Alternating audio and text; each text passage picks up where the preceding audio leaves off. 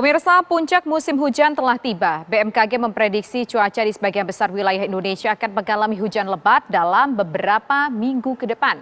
Musim hujan dan potensi banjir tahun ini tentu berbeda karena pandemi corona yang masih bergulir. Lalu apa yang harus diantisipasi lebih saat menghadapi banjir di tengah pandemi ini? Laporan utama hadir dengan tajuk "Awas Banjir Saat Pandemi".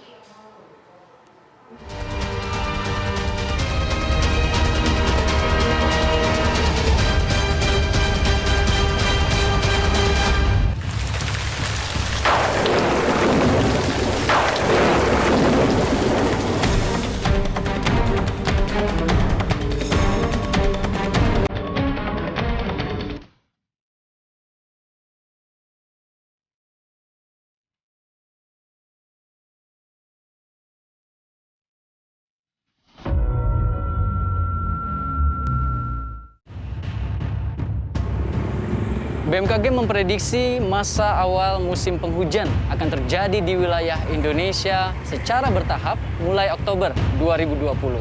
Lalu bagaimana kesiapan warga yang kerap terdampak banjir untuk menghadapi potensi banjir di saat pandemi ini? Berikut ulasannya dalam laporan utama.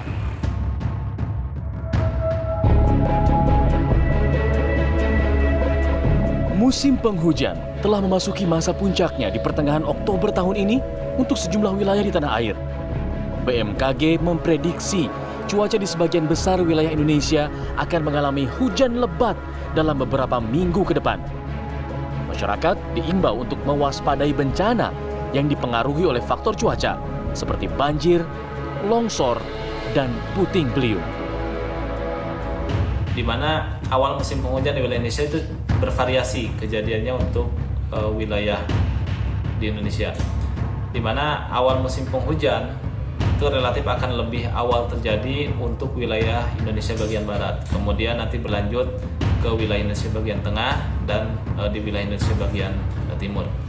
Saat ini untuk wilayah Jawa Barat secara umum, awal musim penghujan juga relatif bervariasi, di mana ada beberapa wilayah yang sudah memasuki awal musim penghujan itu di bulan Oktober awal, seperti misalkan di wilayah Jawa Barat bagian selatan.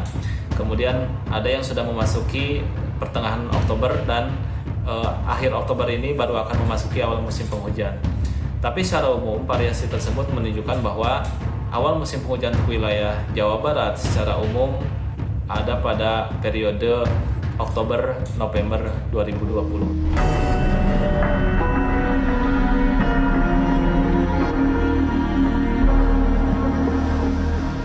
Perubahan cuaca hingga potensi adanya banjir hingga puting beliung tentu harus diantisipasi berbeda tahun ini, mengingat pandemi corona yang belum usai. Kampung Kebonpala, Kelurahan Kampung Melayu, Jakarta Timur kerap menjadi lokasi rawan banjir akibat luapan Sungai Ciliwung. Musim hujan dengan potensi banjir di masa pandemi COVID-19 tentu memerlukan persiapan khusus. Lalu, apa saja persiapan khusus dari warga? Bak dua sisi mata uang, hujan dan banjir menjadi momok tahunan di ibu kota Jakarta. Sejumlah titik rawan banjir di Jakarta pun kini tengah bersiap untuk mengantisipasi banjir di tengah pandemi. Ya biasanya sih kalau masa pandemi gini biasanya warga ya pakai masker biasa ya kan. Apabila ada pengungsian biasanya sih tim dari kelurahan juga membagikan masker juga untuk antisipasi pandemi gini. Nah, terus kemudian di pengungsiannya gimana tuh, Bang? Untuk saat ini sih belum ada pengungsian dari pihak kelurahan karena airnya masih kecil, jadi belum ada pengungsian sih. Ya fasilitas kesehatannya aja disiapkan oleh pihak kelurahan biar kita juga antisipasi pandeminya biar aman semuanya. Paling terutama itu ya maskeran ya kan, jaga sama ini sih hand sanitizer yang perlu dibawa dan setiap saat tuh selalu saya bawa kalau memangnya harus mengungsi.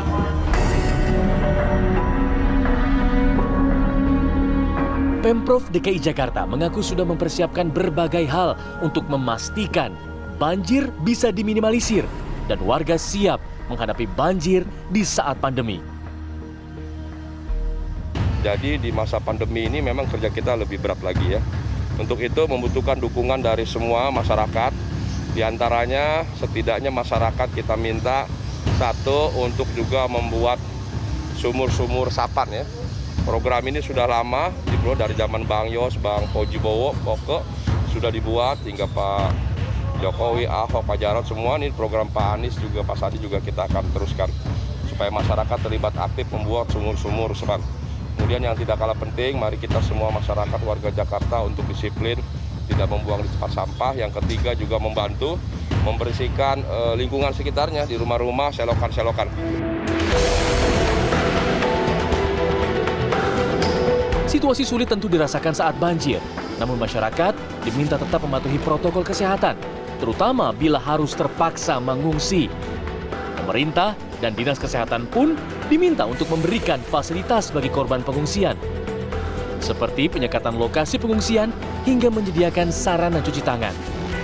Bagi keluarga kita, sahabat kita, warga masyarakat kita yang harus mengungsi, pertama, perhatikan dan kalau bisa tetap usahakan mengikuti protokol kesehatan, menggunakan masker, menjaga jarak, dan ketiga ini yang agak sensitif, mencuci tangan. Karena kita ketahui selama suasana banjir, pasti akan berkaitan dengan akses air bersih. Oleh karena itu, bagi warga masyarakat, di samping protokol kesehatan ini tetap diupayakan semaksimal mungkin, perilaku untuk perlindungan keluarga harus dioptimalkan. Keluarga kita, anak istri kita, suami kita, orang tua kita, dan family dekat kita harus dihimbau untuk terus berkumpul dan menjaga jarak dengan komunitas lain selama masa di pengungsian. Kita harus ingat banjir bisa berdampak terhadap kesehatan pernafasan kita, rawan terjadi ISPA, bisa diare karena sumber air bersih, tapi juga sangat rentan terjadi stres. Imunitas bisa saja turun, tetapi bahagiakan saudara kita, para pengungsi dengan infrastruktur cukup yang baik dan infrastruktur juga yang tersedia dengan cepat dan tepat. Masyarakat tetap disiplin demi kesehatan kita semua.